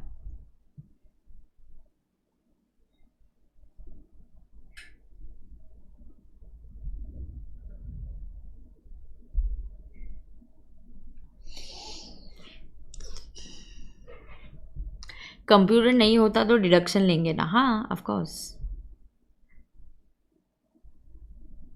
बराबर है, बराबर है। देखो किसी को कोई प्रॉब्लम है अभी? I think guys we are done, कोई प्रॉब्लम नहीं है। इंडियन सिटीजन लिविंग इंडिया, तो कौन सा बेसिक कंडीशन? डेज काउंटिंग करके आपको करना है, ठीक है। कैनेडियन सिटीजन है तो उसको कोई एक्सेप्शन अप्लाई होगा क्या? नहीं, 182 एंड 60 वैसा करना है। यस, ये हमने ले लिया, रमेश सुरेश मैंने ले लिया। ये जो बड़ा क्वेश्चन है ना, इसके कुछ एडजस्टमेंट्स मैंने पास्ट अनटैक्स प्रॉफिट और ये सब मैंने ले लिया। मैम 75,000 standard deduction available है for NR as well ना. Yeah. If you're taking back, it is 75,000 for all and NR R सबके लिए. And if you're outside back, then standard deduction is 50,000. Correct. Yes. So I think we are all good to go. यहाँ पे हमने कर लिया है. Correct है. हाँ, अब ब्रेक लेंगे और 15-20 मिनट में मैं तब तक आपको HP की फ़ाइल शेयर कर देती हूँ, तो HP भी कंप्लीट कर देंगे. ठीक है. हाँ, रिबेट नहीं मिलता, ऑफ कोर्स रिबेट नहीं मिलता. NR को रिबेट नहीं मिलता, वो सिर्फ रेसिडेंट इंडिविजुअल को मिलता है. बराबर है. हाँ, अब ये आपको पता है ना, for royalty, interest, technical fees, accrual of income depends upon the pair. अगर पेयर गवर्नमेंट ऑफ इंडिया है, रॉयल्टी, इंटरेस्ट, टेक्निकल फीस, तो it will always accrue in India. Pair अगर रेसिडेंट है तो it will accrue in India, but if it is for a project outside India तो India के बाहर accrue होगा. अगर पेयर NR है तो it will always accrue outside India, but it can accrue in India if it is for a project business situated in India. तो बस इतना ध्यान देना, एक्रू और रिसीव पे ध्यान देना. इंडियन इनकम है या फॉरेन वो देखना. रेसिडेंशियल स्टेटस कैसे निकालना वो मैंने अभी आपको ब्रीफ कर दिया है. राइट है. So are we done. So is residential status done. So now it's almost like 10. So एक 10:15 को लेक्चर स्टार्ट करेंगे. So we can start the next lecture by बहुत टाइम, आधा घंटा ब्रेक हो जाएगा, चलेगा क्या? 10:10 तक चालू करने की कोशिश करती हूँ. ठीक है. हाँ, ये मेरी घड़ी फास्ट है क्या? नहीं, हो गया. 10:10 तक चालू करते, तो एक 20 मिनट आप भी ब्रेकफास्ट कर लो. तो HP की फ़ाइल मैं तब तक अभी शेयर कर देती हूँ. So it's ready. HP की फ़ाइल मेरे पास अभी रेडी हो गई है. So I'll just share it. Okay. So yeah, HP file has just come. तो I'll just share that. HP मैंने काफ़ी क्वेश्चंस ले लिए. नहीं बोलते होते हो गया. 7 क्वेश्चंस आ गए HP के. फिर भी और भी कुछ लगा तो मैं आपको वो भी करवा दूंगी. जैसे अभी नहीं करवाया, मतलब सब कुछ ही मैंने देख लिया, तो कुछ और भी मुझे पेंडिंग लगा तो मैं करा दूंगी. Don't worry. सो एक minute, I'll just share the file, नहीं तो वो रह जाएगा. सो HP भी आपके पास आ गई अभी file. I've just sent the file. Correct है. यस. सो मैं अभी स्ट्रीमिंग स्टॉप करती हूँ. ऐप पर ही 10:10 को कंटिन्यू करेंगे. राइट. So thank you. और हम लोग मिलते हैं 10:10 को. Anybody having any problem? किसी को कोई प्रॉब्लम है क्या? ऐसा ठीक है. आपने बोला था कि मैम HP भी करा दो, तो मैंने सोच ही लिया चलो करा ही देती हूँ. फिर मेरे भी मन में, नहीं लेक्चर तो चालू है, तो मेरे भी मन में नहीं तो ये रहेगा कि क्या यार नहीं करवाया, तो पूरा ही करा दूंगी. आपको और भी कुछ लगेगा तो आप मुझे बता दो. बट आई थिंक अभी समय है कि आपने करना चाहिए. और मैं फिर YouTube पे फ्री कुछ ना कुछ लेने ही वाली हूँ ना. प्रथम सीरीज़ होगी कल और बाकी का भी कुछ होगा. ठीक है. Right. So thank you so much. See you 10:10 को मिलते हैं. Bye bye.